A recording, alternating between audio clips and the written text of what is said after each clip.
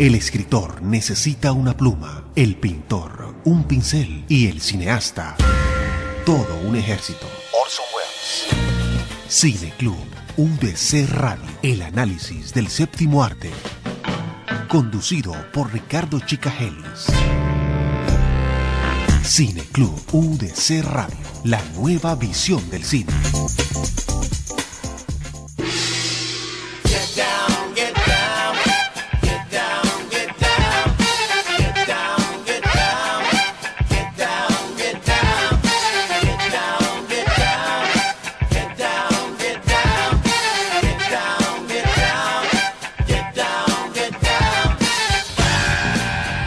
Bienvenidos una vez más aquí a Cine Club UDC Radio, queridos amigos, queridas amigas.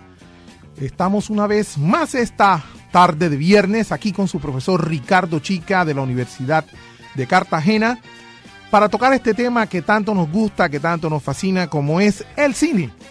El cine que tiene una incidencia profunda desde que apareció hace 100 y pico de años hasta el día de hoy, en todo tipo de formaciones sociales y culturales e incluso personales. Bienvenidos aquí a Cine Club UDC Radio.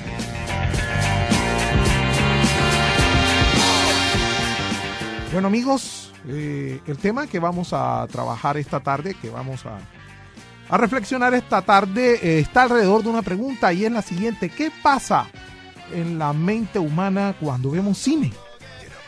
Esta es una pregunta estratégica porque nos permite abordar una serie de procesos que aparecen, que transcurren, que acaecen en las estructuras cognitivas cuando estamos frente a una película. No importa si estamos dentro de un cine, si estamos frente a una pantalla de televisión o frente a una pantalla de computador, e incluso frente a una pantalla de un teléfono inteligente. Entonces, para responder a esta pregunta de qué pasa en la mente humana cuando vemos cine, es importante establecer una diferencia con respecto a dos sentidos de la palabra cine. En primera instancia, hace 110 años, quizás un poco más, el cine o kine, como se conocía a finales del siglo XIX, sencillamente tenía el sentido de un invento, de una invención, de un artificio, de un aparato, de una máquina que tomaba vistas y las proyectaba. Ese era el primer sentido del cine y por lo tanto el primer referente que asimilaron las personas, especialmente en Europa, estaba muy de la mano con el contexto en que aparecieron muchísimos inventos. El siglo XIX es el siglo del optimismo. El optimismo especialmente en la razón humana, en la capacidad de la invención humana. Así que junto con el aparato cinematográfico aparecen también otros elementos propios de la racionalidad de la modernidad europea. Estoy hablando del telégrafo, estoy hablando del teléfono, estoy hablando de la locomotora, estoy hablando de las nuevas técnicas de construcción, estoy hablando de la aparición de la ciudad moderna y todos los recursos y ofertas que tiene una ciudad. Y allí aparece el cine. Entonces hay que tener en cuenta que el aparato cinematográfico, el aparato tomavistas, el proyector cinematográfico aparece pues en este contexto en donde las invenciones, el inventor, el científico es, digámoslo así, el personaje central del siglo XIX europeo. Y todo esto, por supuesto, en virtud de que nosotros aquí en Cartagena somos un puerto, pues van llegando todos estos inventos. Llegan los barcos a vapor, llega el telégrafo a Cartagena, llega también la locomotora, aparece la locomotora y por supuesto hacia 1897 aparece este invento de la mano de un enviado, de un empleado de la Casa Lumière allá en París, y se hace la primera proyección aquí en Cartagena, pero lo repito, la gente lo asumió como un invento, como una maravilla, como un acto de magia, si ustedes quieren. Entonces el primer sentido del cine tiene que ver con esto, con el aparato. El segundo sentido ya es un proceso social complejo que se va desarrollando en la medida en que va pasando el tiempo. Estamos aquí en Cine Club UDC Radio con Ricardo Chica tratando este tema maravilloso del cine. Escuchas Cine Club UDC Radio.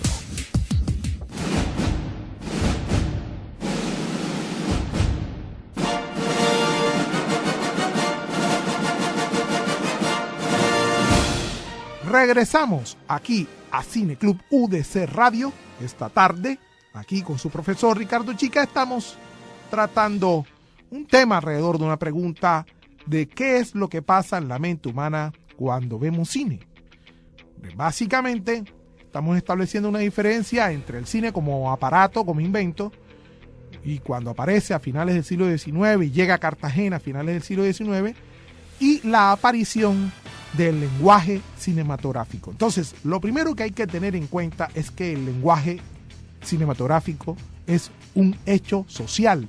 No solamente es un hecho artístico, no solamente es un hecho estético, es un hecho social porque el lenguaje cinematográfico supone una serie de convenciones que se comparten entre un amplio y masivo público y que todo el mundo entiende. Pero, ojo, porque la aparición del público de cine es precisamente un invento de ese contexto moderno. El público de cine es un invento social. El público que lee periódicos es un invento social también propio de la modernidad. El público de radio también es un invento social. El público de noticieros de televisión, que originalmente fueron noticieros de cine, también es un invento social de la modernidad. Y ese invento social consiste en ese lenguaje que se comparte. Para la muestra, un botón sobre ese proceso de aprendizaje en donde aparece el lenguaje cinematográfico. Y el ejemplo está en cuando por primera vez se vio en París un primer plano. Nosotros entendemos el primer plano como un cuadro cinematográfico en donde aparece una cabeza hablando, sonriendo o llorando. Cuando apareció por primera vez esa cabeza, ese primer plano, dentro de un marco, dentro de un cuadro fílmico, cinematográfico, mucha gente salió espantada del teatro. Mucha gente en París salió corriendo, asustados, alterados, cuando vieron ese primer plano de esa cabeza hablando. Y en efecto, es muy popular en la historia del cine la referencia, el testimonio de una señora de la época cuando dice: una atrocidad ver por primera vez en mi vida una cabeza sola hablando. Entonces, este testimonio que encontramos en un maravilloso libro de Romain Gubern, se llama precisamente La historia del cine. Este testimonio nos da cuenta pues de que la gente no tenía asimilada, no tenía incorporada en su cognición, en su modo de ver las cosas, no tenía incorporada ese referente de cómo interpretar el primer plano y los demás planos. Hablemos un poco de este asunto de la escala de planos. Esto es clave. La escala de planos sale o parte o se basa en la figura humana. Los planos sencillamente categorizan la figura humana. Entonces tenemos un plano general en donde la figura humana aparece de pies a cabeza y se ve su contexto. Luego tenemos otro plano que es el plano medio, en donde vemos a la figura humana de la cintura para arriba, y ahí este plano se asumió como un plano de conversación. De hecho, cuando nosotros estamos hablando con una persona, lo vemos en plano medio, lo vemos de la cintura para arriba. Y luego viene el primer plano, el close-up o el primerísimo primer plano, que es un plano íntimo, un plano personal, que es un plano que va del cuello hacia arriba y que marca mucho el énfasis emocional del actor o de la actriz. Entonces, fíjense que se trata de una convención que perfectamente uno aprende simplemente por la práctica en la vida cotidiana de ver cine, de ver televisión. Y es así como, en la medida en que va transcurriendo el tiempo, hay un vínculo entre el público de cine que se va formando y también las propuestas estéticas que van haciendo los distintos artistas del cine. Entre los más destacables, David Ward Griffith, hacia 1914, con una película que se llama Intolerancia. Y se considera pues que Griffith es el padre del lenguaje cinematográfico. No obstante, hay que hacer aquí una aclaración. El lenguaje cinematográfico aparece en virtud de distintas experiencias que acaecen en el mundo entero, que acaecen en Francia, en Alemania, en los Estados Unidos, en México, que acaecen también en Dinamarca, en Noruega, que acaecen en Francia. Entonces, cada artista va buscando, cada artista va experimentando y por supuesto va tomando referencias previas, antecedentes previos. ¿Cuál es el antecedente más importante del lenguaje cinematográfico?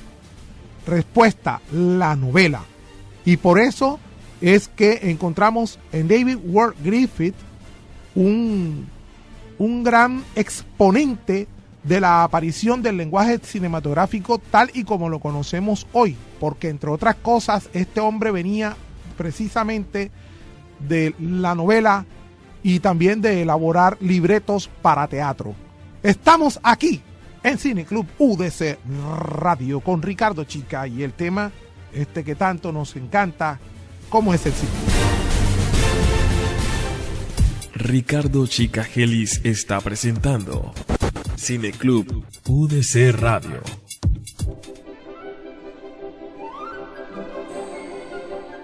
Regresamos aquí a Cine Club UDC Radio con el programa alrededor de esta pregunta que, como les vengo diciendo, me parece que es estratégica, y es: ¿qué pasa en la mente humana cuando vemos cine?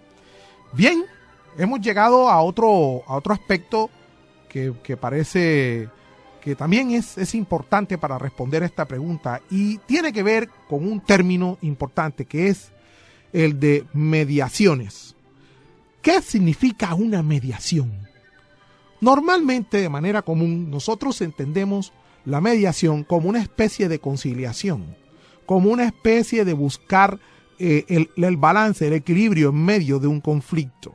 Ese es, digámoslo así, el sentido popular. Pero en esta ocasión, mis queridos y queridas oyentes, vamos a trabajar un sentido, vamos a exponer un sentido distinto de la palabra, del término, del concepto mediación. Mediación básicamente se refiere a un proceso de decisión. ¿Qué es la mediación en el cine y en general en los procesos de comunicación? Es sencillamente un proceso de decisión. Un proceso de decisión en donde el espectador, porque este programa se lo estamos dedicando al espectador de cine, entra en un proceso de selección y de descarte de elementos. Pongamos un ejemplo. Llegamos a casa y vamos a ver televisión. Hoy por hoy, la televisión nos ofrece más o menos unos 100 canales, una oferta de 100 canales de televisión. Nosotros no nos podemos ver los 100 canales al mismo tiempo, por lo tanto debemos entrar en un proceso de mediación, es decir, un proceso de selección y de descarte. Como todos sabemos, los canales de televisión están agrupados en diversas áreas o en diversos territorios, como quieran llamarlo. Entonces tenemos el área o el territorio del deporte, el área del entretenimiento, el área del cine para adultos, tenemos el área de cine familiar, tenemos el área de las noticias, tenemos el área de los canales religiosos, etcétera, etcétera, etcétera. Entonces, digamos, bueno, quiero ver cine. Entonces, hemos dado un primer paso en la mediación. Descartamos todas las demás áreas y nos quedamos nada más con el territorio del cine. Y dentro del área del cine, en los canales de televisión, encontramos una oferta, un repertorio de dichos canales. ¿Como cuáles? Tenemos TNT, tenemos Cine Canal, tenemos HBO, tenemos de las películas antigüitas, de las películas viejas, Y así tenemos como 7 u 8 canales de cine, pero yo no me puedo ver los 8 canales al mismo tiempo, por lo tanto tengo que hacer otro punto, otro acto de mediación, en donde tengo que descartar los demás canales y quedarme con uno. Bueno, digamos que me quedo con Cinecanal. Si me quedo con Cinecanal, por supuesto ahí hay otro punto de mediación, y es qué película voy a ver. Si no me gusta la película, me paso a TNT, y así. Más o menos cada canal tiene su enfoque, tiene su perfil, y yo, espectador, intuyo, interpreto, conozco, y dependiendo de mi gusto, selecciono la película que me quiero ver. Aquí hay otro elemento importante de mediación, y es esta pregunta. ¿Cuál es el primer criterio de mediación que tienen las personas a la hora de consumir una película o cualquier mensaje de comunicación? Respuesta: el gusto. Es el gusto personal el primer filtro con que yo selecciono o descarto un mensaje que yo quiero ver. Y por lo tanto, estimados y estimadas oyentes, ver una película significa, antes que nada, escogerla. Si es un domingo por la tarde y quiero ir a cine familiar, pues sencillamente tengo que escoger una película que más o menos, ¿verdad?, tenga que ver con esos intereses, con ese gusto. También esto depende de la etapa de vida de las personas. Los adolescentes ven cierto tipo de películas, los universitarios ven otro tipo de película, las familias ven otro tipo de película, y así. Se trata de intereses y por supuesto también se trata del gusto. Entonces, el gusto como principal filtro del proceso de mediación. Estamos aquí en Cine Club UDC Radio con su profesor de la Universidad de Cartagena, Ricardo Chica. Ya regresamos.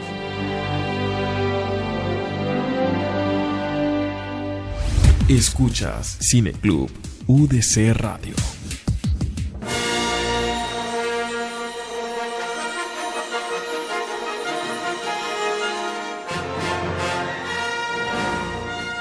Estamos aquí en Cine Club UDC Radio, tocando el tema de qué pasa en la mente humana cuando vemos cine. Esta, como vengo diciendo, es una pregunta estratégica, porque nos ayuda a abordar varios aspectos sobre este proceso. Y aquí vamos a tratar un tercer aspecto, que es el constructivismo. El constructivismo básicamente es una corriente de debate, es un debate que aparece en la psicología, aparece en la filosofía del lenguaje y aparece también en la sociología de la cultura. Más adelante se van metiendo otro tipo de disciplinas, se van metiendo otro tipo de autores, de pensadores, pero voy a hacer una referencia, dos referencias importantes. En primera instancia, definir el constructivismo, y como el constructivismo sencillamente es un debate, como ya les había dicho, y este debate tiene una consideración, y es darle carácter activo al espectador, darle carácter activo a la gente, al público, a la audiencia, darle carácter activo al lector, al receptor. ¿Cómo así que carácter activo? Sí, claro, nosotros no somos unas esponjas que absorbemos, o somos una USB, una memoria USB que sencillamente registra un contenido. No. Básicamente nosotros lo que establecemos es una relación con la película que estamos viendo, y esa relación, y durante esa relación nosotros identificamos unas pistas, unas huellas, y esas pistas, huellas o elementos sencillamente nos sirven para construir nuestra idea, para construir nuestra interpretación, para construir nuestra visión, para construir nuestras conclusiones, para sacar nuestras propias moralejas. Porque sencillamente cada cabeza es un mundo. Cada persona construye, entiende, comprende, elabora su mensaje a partir de ¿qué? A partir de su gusto, como ya habíamos dicho, a partir de su conocimiento previo, a partir de su bagaje cultural, a partir de su visión de mundo, de su visión de las cosas. Entonces, una película, por ejemplo, como Elysium, de estas últimas que se están dando, que estamos viendo en cartelera, una película como Capitán América, una película, no sé, como El Mayordomo, que es una película que estamos esperando acá con cierto interés. Todas estas películas sencillamente nos van dando algunas pistas, algunas huellas, y nosotros sencillamente vamos construyendo de una manera activa el sentido, le vamos atribuyendo valor a esos textos fílmicos. Entonces, en primera instancia, definir el constructivismo sencillamente en virtud de la actividad del espectador y su capacidad para construir sentido frente a una película. Eso como primer referente sobre el constructivismo. Y segundo referente importante es hablar del historiador y del crítico de cine norteamericano David Bardwell. David Bardwell es quizás el exponente más destacable sobre el constructivismo aplicado a la pregunta de qué pasa en la mente humana cuando vemos cine. Entonces hay un libro clave que se llama El arte cinematográfico, y en este libro nosotros vemos cómo Bardwell nos desarrolla, nos expone, nos enseña en qué consiste esta actividad del espectador, y Bardwell hace una doble apuesta. En primera instancia la síntesis y por otro lado la hipótesis. Estamos aquí en Cine Club UDC Radio con este tema que tanto nos fascina como es el cine. Ricardo Chicagelis está presentando Cine Club UDC Radio.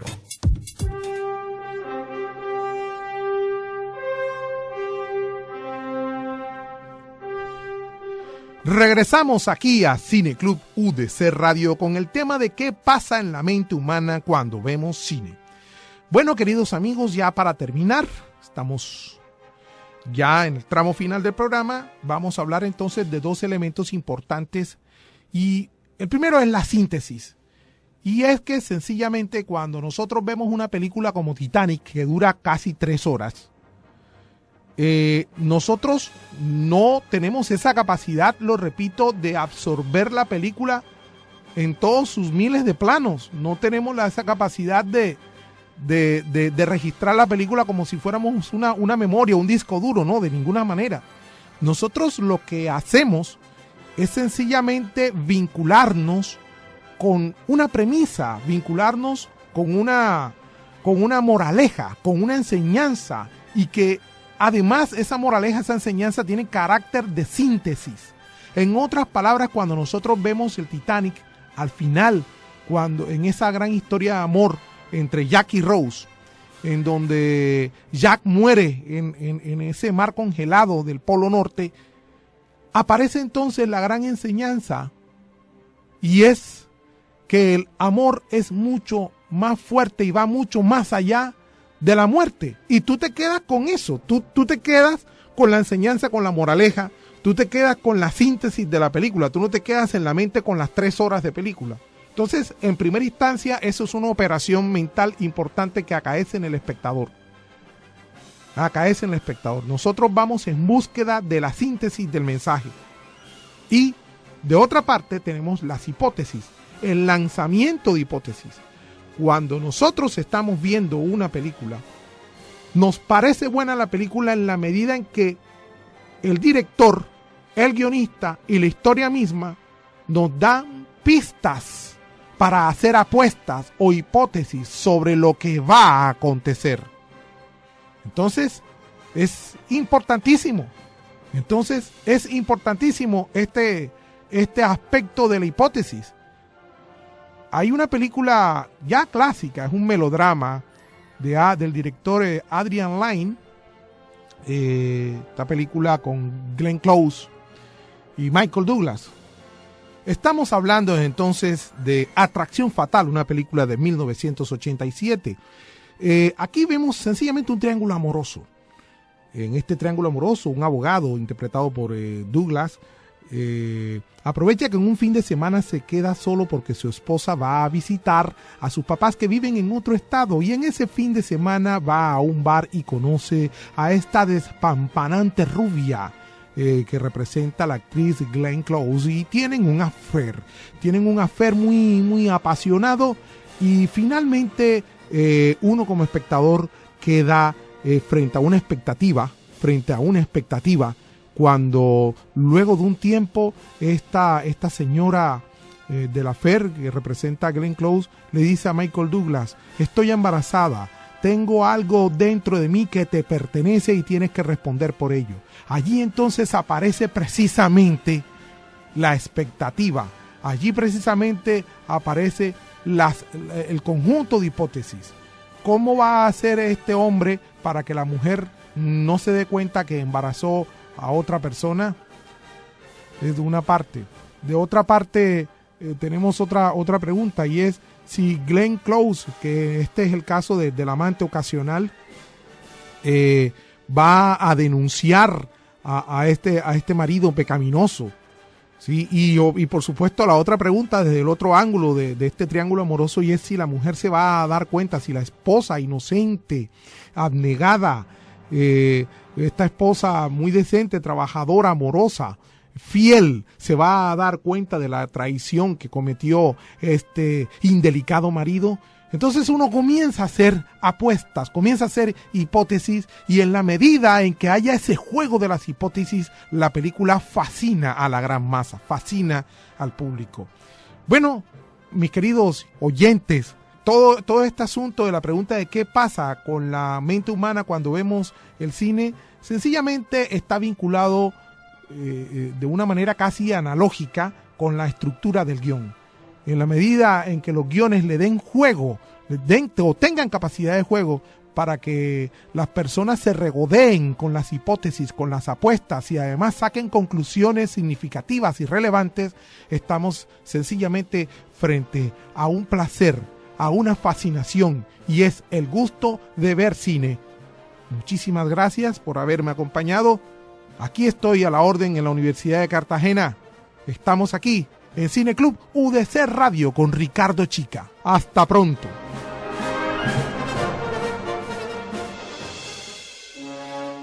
Cine Club UDC Radio.